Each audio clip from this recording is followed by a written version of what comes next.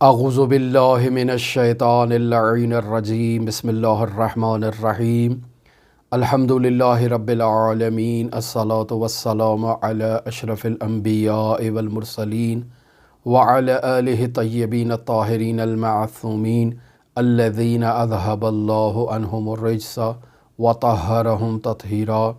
اللہم صلی علی محمد وآل محمد اللہم اخرجنا من الظلمات الوہم واکرمنا بنور الفہم اللہم افتح علینا ابواب رحمتک وانشر علینا خزائن علومک برحمتک یا ارحم الراحمین۔ السلام علی الحسین وعلی علی بن الحسین وعلی اولاد الحسین وعلی اصحاب الحسین۔ عزیزان محترم، حضرت سید الشہداء علیہ آلاف التحیت و ثناء اور ان کے اہل بیت علیہم الصلاۃ والسلام کی مظلومیت کے ان ایام میں ہم آپ کی خدمت میں رسالہ لب اللباب کے درس نمبر 79 کے ساتھ حاضر ہوئے ہیں، اور آج کے درس میں مرحوم مفسر قرآن علامہ محمد حسین طباطبائی رحمۃ اللہ علیہ سیر و سلوک کی جو بنیادی شرائط بیان کر رہے ہیں، ان میں سے 10ویں شرط کو بیان کر رہے ہیں، اور اس کا نام ہے ارادت۔ یعنی انسان حضرات اہل بیت علیہم الصلاۃ والسلام کے حضور ایسی خالص محبت کا اظہار کرے، اور حضرات اہل بیت علیہم الصلاۃ والسلام سے ایسی خالص محبت رکھے کہ جس کا لازمہ اور جس کا نتیجہ اطاعت ہو۔ لہٰذا مفسر قرآن یہاں اس بات کو بیان کرنا چاہ رہے ہیں کہ انسان کو باادب ہونا چاہیے، انسان کو صاحب شریعت حضرت خاتم الانبیاء محمد مصطفیٰ صلی اللہ علیہ وآلہ وسلم اور ان کے حقیقی جانشینوں کے حضور ادب کا اظہار کرنا چاہیے، اور اپنی عقیدت اور ارادت اور محبت ان کے ساتھ ایسی والہانہ محبت ہونی چاہیے کہ چونکہ جس قدر انسان کی محبت میں خلوص آئے گا، وہ حضرات اہل بیت علیہم الصلاۃ والسلام سے محبت میں کسی قسم کی ملاوٹ نہیں رکھتا ہوگا، اور کمال درجے کی اگر انسان محبت کرے گا تو اس کا لازمہ یہ ہے کہ وہ حضرات اہل بیت علیہم الصلاۃ والسلام کی اطاعت کرے گا۔ لہٰذا ایک قانون بیان کیا جاتا ہے کہ انسان جس سے محبت کرتا ہے وہ انسان اپنے محبوب سے متعلق اور وابستہ تمام چیزوں سے محبت کرتا ہے۔ لہٰذا اگر انسان صاحب شریعت حضرت خاتم الانبیاء محمد مصطفیٰ صلی اللہ علیہ وآلہ وسلم سے محبت کرتا ہے، ان کے جانشینوں کے ساتھ محبت کرتا ہے، تو اس کا لازمہ یہ ہے کہ جو کچھ بھی صاحب شریعت نے اور ان کے جانشینوں نے بیان کر دیا ہے، انسان اس سے محبت کرے گا۔ جو کچھ بھی انہوں نے عمل کے ذریعے سے ظاہر کر دیا ہے، انسان اس سے محبت کرے گا۔ انسان ان کی زندگی کو اپنے لیے آئیڈیل اور رول ماڈل کے طور پر انتخاب کرے گا، اور ان کے نقش قدم پر چلنے کی کوشش کرے گا، اور ان کے زندگی کو بیان کرنے والے علماء جو انہی سے منسوب ہیں اور عالم ہیں، ان کی معلومات کے اور ان کی تعلیمات کے، لہٰذا یہ انسان سالک ان علماء سے بھی محبت کرے گا۔ کیوں؟ چونکہ یہ حاملان معارف صاحب شریعت ہے۔ لہٰذا جو کچھ بھی صاحب شریعت اور ان کے برحق جانشینوں کے ساتھ منسوب ہو، یہ انسان اس سے ارادت کرے گا اور اس سے محبت کرے گا۔ لہٰذا انسان اللہ کے خلیفہ کے جو رسول خدا صلی اللہ علیہ وآلہ وسلم اور رسول خدا صلی اللہ علیہ وآلہ وسلم کے جانشین ہیں، انسان ان سے محبت کرے گا، انسان ان کی اطاعت کرے گا، انسان خود کو ان کے اندر ایسے منظم کر دے گا کہ ان کے وجود سے انسان جدا نہیں ہے۔ ہم بیان کر چکے ایک جگہ پر کہ وہ مجنوں آتا ہے ایک جگہ پر حجامت کروانے کے لیے اور فسد خون کے لیے کہ انسان کے جسم سے فاسد خون کو نکالا جائے، تو وہاں اس سے سوال کیا جاتا ہے کہ تم نے کون سے نقطے کی اور کون سے پوائنٹ کی حجامت کروانی ہے اور کہاں سے فسد خون کروانا چاہتے ہو؟ تو وہ کہتا ہے کہ جہاں سے بھی تم کرنا چاہتے ہو کرو، لیکن شرط یہ ہے کہ اس جگہ پر میری لیلی نہیں ہونی چاہیے۔ اب وہ طبیب اس سے سوال کرتا ہے کہ تم مجھے وہ نقطہ بتا دو کہ جہاں میں تمہاری حجامت کروں، جہاں میں تمہارے سے فسد خون کروں۔ اس کے جسم پر جو مواضع حجامت ہیں ان کو ہاتھ لگاتا ہے اور انہیں معین کرتا ہے کہ یہاں سے کروں، یہاں سے کروں، یہاں سے کروں۔ جس نقطے پر بھی وہ ہاتھ لگاتا ہے تو یہ اسے کہتا ہے کہ نہیں، یہاں پر میری لیلی موجود ہے۔ لہٰذا الغرض مختصر یہ کہ وہ اس کے تمام بدن کا معائنہ کرتا ہے تو اس کے تمام بدن میں اس کی لیلی موجود ہوتی ہے اور لیلی کی محبت موجود ہوتی ہے۔ لہٰذا بالآخر وہ بغیر حجامت کے اور بغیر فسد خون کے وہاں سے طبیب کے پاس سے باہر آ جاتا ہے۔ میں یہاں پہلے بھی بارہا ان مطالب کو اشارہ کر چکا ہوں۔ آپ اگر ہماری گفتگو کو سننے کے عادی ہوں تو میں بیان کر چکا ہوں کہ ہمارے جو بزرگان نے ایسی داستانیں بیان کی ہیں، یہ جو محبت سے متعلق ہے، مثلا لیلی مجنوں کی داستان ہے یا اس کے علاوہ جتنی بھی داستانیں ہیں، یہ در حقیقت انسان کو عشق مجازی سے عشق حقیقی کی طرف متوجہ کروانے کے لیے ہوتی ہیں۔ علماء، بزرگان، اولیاء یہ عشق مجازی ہمارے سامنے نہیں بیان کرتے، چاہے اشعار کی صورت میں ہو، چاہے داستانوں کی صورت میں ہو، یا چاہے جس انداز میں بھی ہو، یہ عشق مجازی ہرگز ان کا مقصود نہیں ہوتا ہے۔ یہ افسوس کی بات ہے کہ ہمارا معاشرہ چونکہ عشق مجازی کو زیادہ اس سے مانوس ہے، زیادہ اس کو سمجھتا ہے، زیادہ اس میں دلچسپی رکھتا ہے، لہٰذا ان عالی مطالب اور نورانی حقائق کو ہمارا معاشرہ جو ہے وہ عشق مجازی پر حمل کرتا ہے، وگرنہ یہ اپنے جو ہے وہ حقیقی معشوق کی طرف اشارہ ہے کہ جو اس کا رب ہے، جو اس کا پروردگار ہے۔ لہٰذا یہ داستانیں بیان کی جاتی ہیں چونکہ انسان ان داستانوں سے جلدی مانوس ہو جاتا ہے اور ایک حقیقت کو سمجھنے کے قابل ہو جاتا ہے۔ جب انسان قابل ہو جاتا ہے تو وہاں اس کو بتایا جاتا ہے کہ میں جو مجنوں ہوں، میں عاشق ہوں، میں عبد ہوں، میں مطیع ہوں، میں فرمان بردار ہوں، اور جس کا عاشق ہوں وہ میرا معبود ہے، وہ میرا مولا ہے، وہ میرا آقا ہے، وہ میرا رب ہے، یا میرے رب کے یہی صاحب شریعت حضرت خاتم الانبیاء ہیں یا ان کے جانشین ہیں۔ پس میں ان سے محبت کرتا ہوں اور وہ میری لیلی ہے، میں ان کا مجنوں ہوں، میں ان کا دیوانہ ہوں۔ جیسے وہ حکم فرمائیں گے میں سر تسلیم خم ہوں، اور حقیقت میں یہی اطاعت ہے۔ اگر انسان خالص محبت کرے گا تو اس خالص محبت کے نتیجے میں اطاعت آئے گی، اور انسان اپنے محبوب سے وابستہ ہر چیز سے محبت کرے گا جو اس کے محبوب سے متعلق ہوگی۔ محبوب کے شہر سے محبت کرے گا، محبوب کے شہر کی گلیوں سے محبت کرے گا، محبوب کی شہر میں جو دوسرے انسان ہیں ان سے محبت کرے گا، دیواروں سے، درختوں سے، سب چیز سے محبت کرے گا۔ کیوں؟ چونکہ وہ اس کے محبوب سے منتسب ہو چکی ہے۔ میں عبارت پڑھتا ہوں آیت اللہ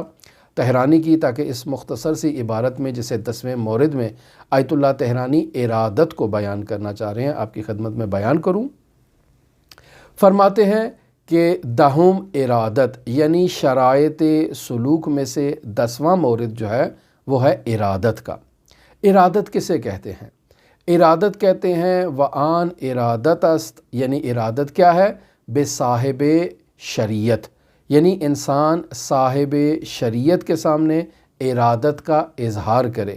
و خلفائے حق آن بزرگوار، یعنی صاحب شریعت کے برحق خلفاء کے ساتھ انسان ارادت، عقیدت اور محبت کا اظہار کرے اور قلباً ان سے محبت کرے۔ کیوں؟ چونکہ یہ باب اللہ ہے۔ اگر انسان نے خدا تک پہنچنا ہے تو صاحب شریعت کے دروازے پہ آنا پڑے گا اور صاحب شریعت کے جانشینوں کے دروازے پر آنا پڑے گا۔ ہم لوگ یہ افتخار رکھتے ہیں کہ ہم صاحب شریعت حضرت خاتم الانبیاء کو تو درک نہیں کر سکے، لیکن خاتم الانبیاء کے آخری جانشین جو خاتم الاوصیاء ہیں ان کے دور کو اور ان کی امامت کو ہم نے درک کیا ہے اور ہم ان کے چاہنے والے ہیں۔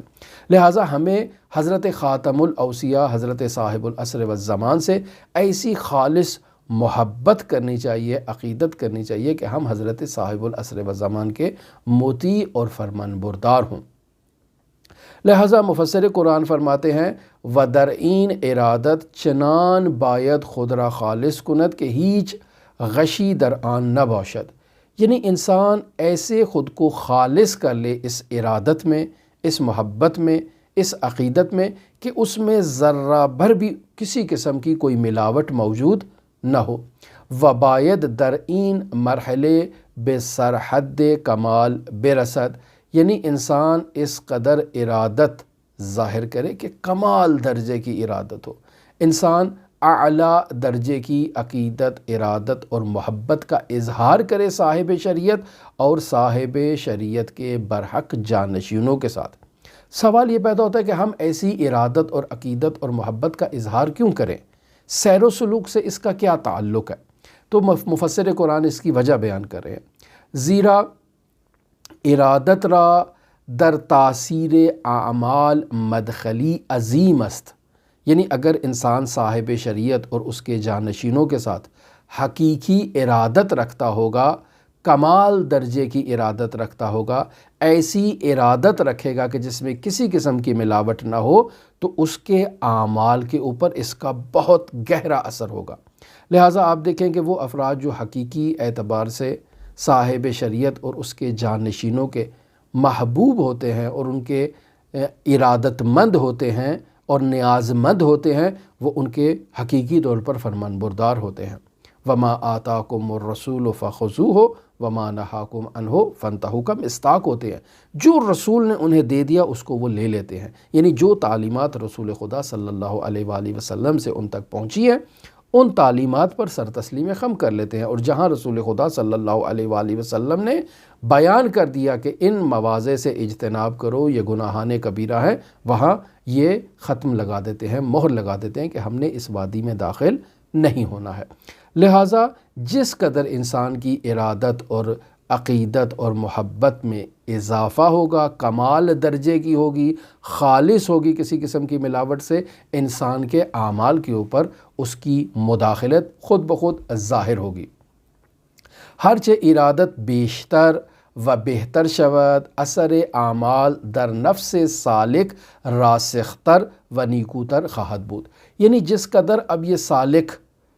صاحب شریعت اور خلفائے برحق کے صاحب شریعت کے ساتھ ارادت کرے گا، کمال ارادت کرے گا، خالص ارادت کرے گا، بغیر ملاوٹ کے ارادت کرے گا، تو اب اس کی اس ارادت کا یہ نتیجہ نکلے گا کہ اس کے اعمال میں یہ محبت خود بخود جھلکے گی، نظر آئے گی، محسوس ہوگی، اور جس قدر یہ ارادت زیادہ ہوتی جائے گی، انسان کے نفس کے اندر جو ہے وہ ان اعمال کا اثر جو ہے وہ ظاہر ہونا شروع ہو جائے گا، یعنی انسان عبادت کرے گا، عبادت اس کی جان میں اترتی جائے گی اور انسان حقیقی معنی میں عابد بن جائے گا۔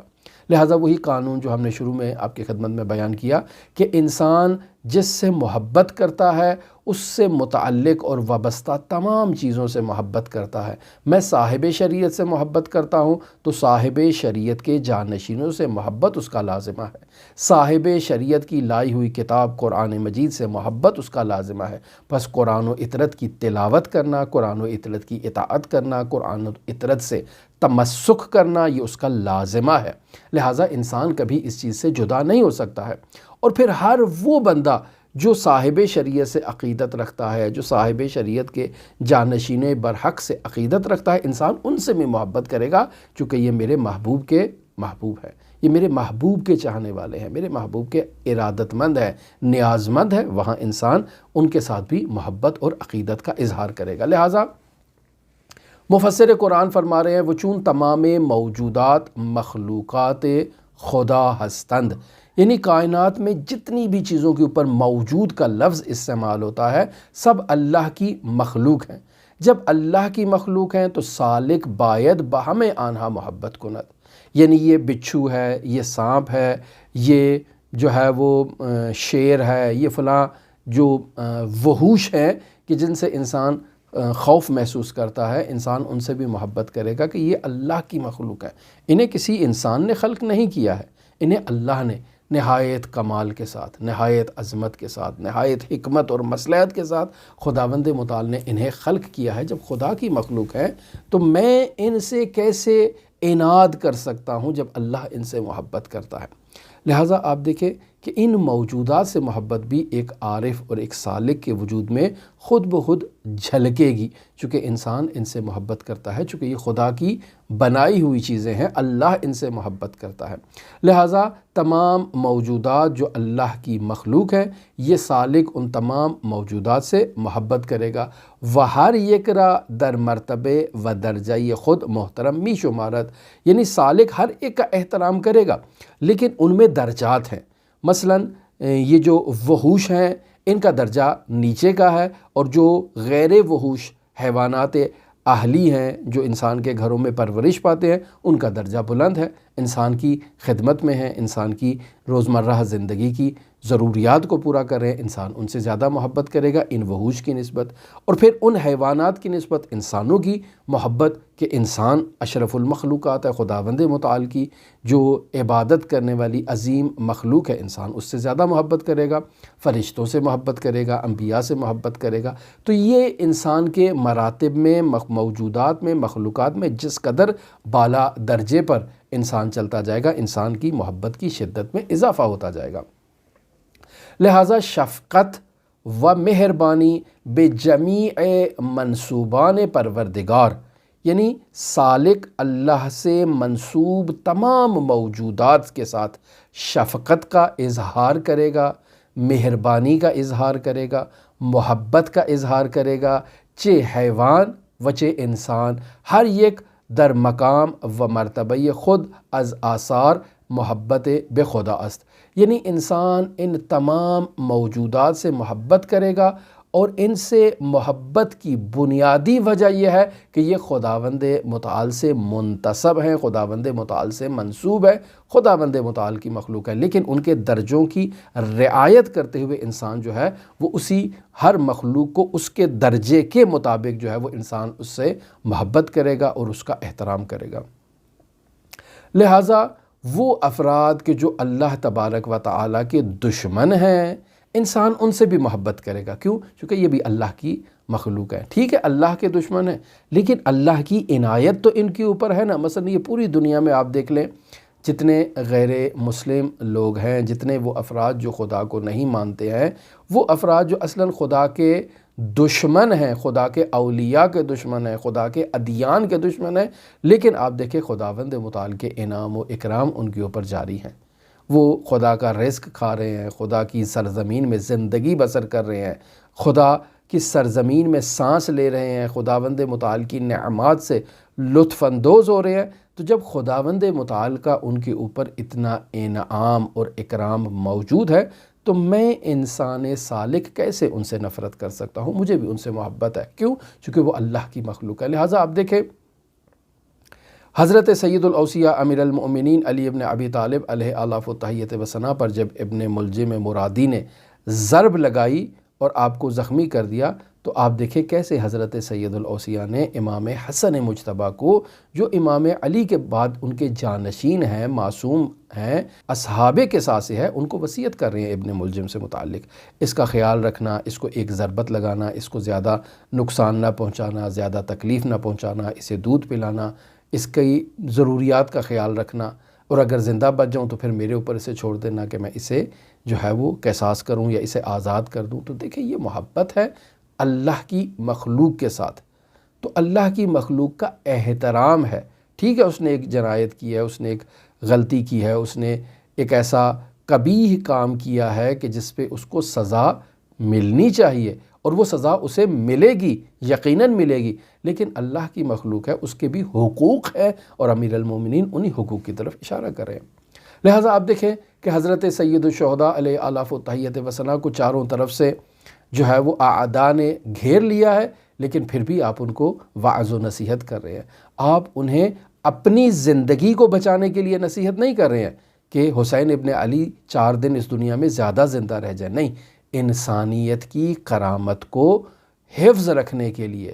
انسان کو ایک موقع دینے کے لیے کہ وہ حجت الہی کے خون میں خود کو آلودہ نہ کرے، اسے کمال عطا کرنے کے لیے، اسے کمال تک لے جانے کے لیے، اسے ہدایت کی طرف بلانے کے لیے حضرت سید الشہداء آخری لمحات تک کوشش کرتے رہے۔ لہٰذا حضرت شہزادہ علی اصغر علیہ الاف و تحیت و ثنا کو جو میدان میں لایا گیا وہ بھی اتمام حجت کی خاطر تھا کہ اگر اس وقت بھی اشقیاء اور اعداء کے خیام میں کچھ افراد ایسے موجود ہوں ان کے لشکر میں جو ہدایت حاصل کرنا چاہتے ہیں، تو اب حضرت امام حسین علیہ الاف و تحیت و ثنا نے اپنے ہاتھ پہ قرآن ناطق کو اٹھایا ہے کہ یہ دیکھو، یہ وہ بچہ ہے کہ جو ابھی جو ہے وہ اپنی زبان سے پانی کا مطالبہ کر رہا ہے، جو اب اس میں اتنی رمق بھی باقی نہیں رہی ہے، اور جو اشقیاء اور اعداء میں ایسے افراد جن کا ضمیر ابھی زندہ ہو، وہ اس کیفیت کو اور اس منظرے کو مشاہدہ کرتے ہوئے وہ خود بخود ان میں تبدیلی آ جائے گی۔ لہٰذا اب مشاہدہ کریں گے کیسے عمر سعد نے کہا کہ اقطع کلام الحسین، حسین ابن علی کے کلام کو قطع کر دیا جائے، کیوں؟ چونکہ اب لشکر میں کوہرام مچ چکا ہے، اور اگر یہاں پر حسین ابن علی کے کلام کو قطع نہ کیا گیا تو بہت سارے لوگ جو ہیں وہ یہاں سے تبدیل ہو جائیں گے۔ لہٰذا آخری لمحے تک حضرت سید الشہداء علیہ الاف و تحیت و ثنا ان کی ہدایت کے لیے کوشش کرتے رہے، اور یہ بھی ایک قسم کی محبت ہے ان کے ساتھ کہ یہ اللہ کی مخلوق ہے، ان کا احترام ہے، انہیں بلند لے کر آنا ہے، انہیں اس مقام پر لے کر آنا ہے جو انسانیت کا مقام ہے، لیکن انہوں نے خود کو جو ہے وہ پستیوں کی طرف دھکیل لیا، خود اسفل سافلین میں چلے گئے، لیکن حجت خدا نے انہیں نجات دینے میں کسی قسم کی کوتاہی اور کمی کا اظہار نہیں کیا ہے۔ لہٰذا انسان اللہ کی مخلوق سے بھی محبت کرے، اور اللہ کی مخلوق سے محبت کا یہی مطلب ہے کہ اس کے درجے کے مطابق اس کو احترام دیا جائے، جو اس کا رتبہ ہے، جو اس کا مقام ہے۔ لہٰذا چنانچہ در حدیث وارد شدے کہ عمدہ شعب ایمان ہمانا شفقت برخلق خدا است، یعنی روایت میں یہ مطلب بیان ہو چکا ہے کہ ایمان کے شعبوں میں عمدہ ترین شعبہ یہ ہے کہ انسان اللہ کی خلق پر جو ہے وہ شفقت اور مہربانی کا اظہار کرے۔ لہٰذا آپ دیکھیں کہ باقاعدہ سوال کیا جاتا ہے کہ الہی اسألک حبک، اے میرے پروردگار میں تجھ سے سوال کرتا ہوں کہ تو مجھے اپنی محبت کو عطا کر دے، وحب من یحبک، اور اے میرے پروردگار میں تجھ سے سوال کرتا ہوں کہ میرے دل میں اس کی محبت کو بھی ڈال دے کہ جو تجھ سے محبت کرتا ہے۔ بس ایک دفعہ میں ڈائریکٹ خداوند متعال سے محبت کرتا ہوں، اور ایک دفعہ میں خدا سے محبت نہیں کر رہا ہوں بلکہ ان افراد سے محبت کر رہا ہوں جو اللہ سے محبت کرتے ہیں۔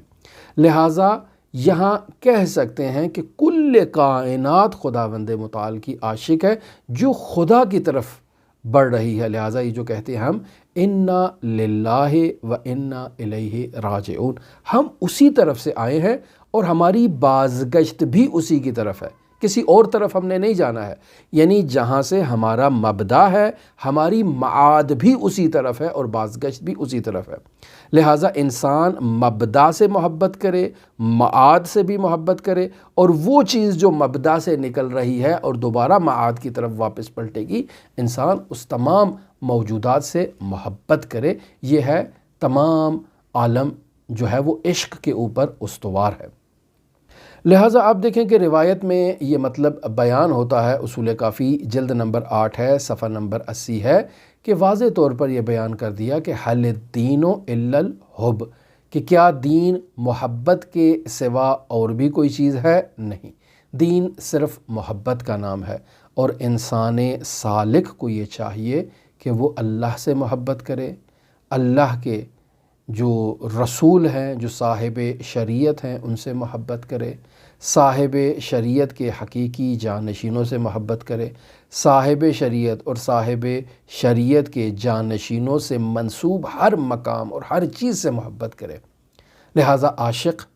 حرم اہل بیت سے محبت کرتا ہے، ان کی دیواروں سے محبت کرتا ہے، ان کی دروازوں سے محبت کرتا ہے، ان کی زمین سے محبت کرتا ہے، ان کی جالی سے محبت کرتا ہے، ان کے کتیبوں سے محبت کرتا ہے، ان کی خاک سے محبت کرتا ہے۔ یہ سب محبت کے مصداق خود ان سے محبت کے مصداق ہے۔ یعنی حقیقت میں انسان خود ان حضرات سے محبت کرتا ہے، اور ان حضرات سے محبت کا اظہار یہ ہے کہ جو چیز بھی ان سے منسوب ہو انسان اس سے محبت کرے، اور اسی محبت کے ذریعے سے انسان کے اعمال میں تاثیر آئے گی، اور انسان کا عمل جو ہے وہ کمال کی طرف جائے گا۔ یعنی جس قدر انسان کی محبت میں جو ہے وہ خلوص ہوگا، ملاوٹ سے پاکیزہ ہوگی، انسان کے عمل میں تاثیر زیادہ بڑھتی جائے گی، اور ان اعمال کی تاثیر ڈائریکٹ انسان کے نفس پر ہوگی، اور انسان کا نفس جو ہے وہ نورانی ہوتا جائے گا۔ لہٰذا سیر و سلوک کی شرائط میں 10ویں شرط جسے مفسر قرآن بیان کر رہے ہیں وہ ہے ارادت، صاحب شریعت سے، خداوند متعال سے، صاحب شریعت کے جانشینوں سے۔ اور جس قدر یہ محبت راسخ ہوگی، جس قدر پاکیزہ ہوگی، جس قدر ملاوٹ سے پاک ہوگی، جس قدر کمال یافتہ ہوگی، انسان کے اعمال میں اس کی تاثیر عظیم ہوتی جائے گی، بڑھتی جائے گی، اور اس کے اعمال پر ان محبت کے آثار کی جھلک اور چھاپ واضح طور پر مشاہدہ کی جا سکتی ہے۔ ہماری دعا ہے کہ خداوند متعال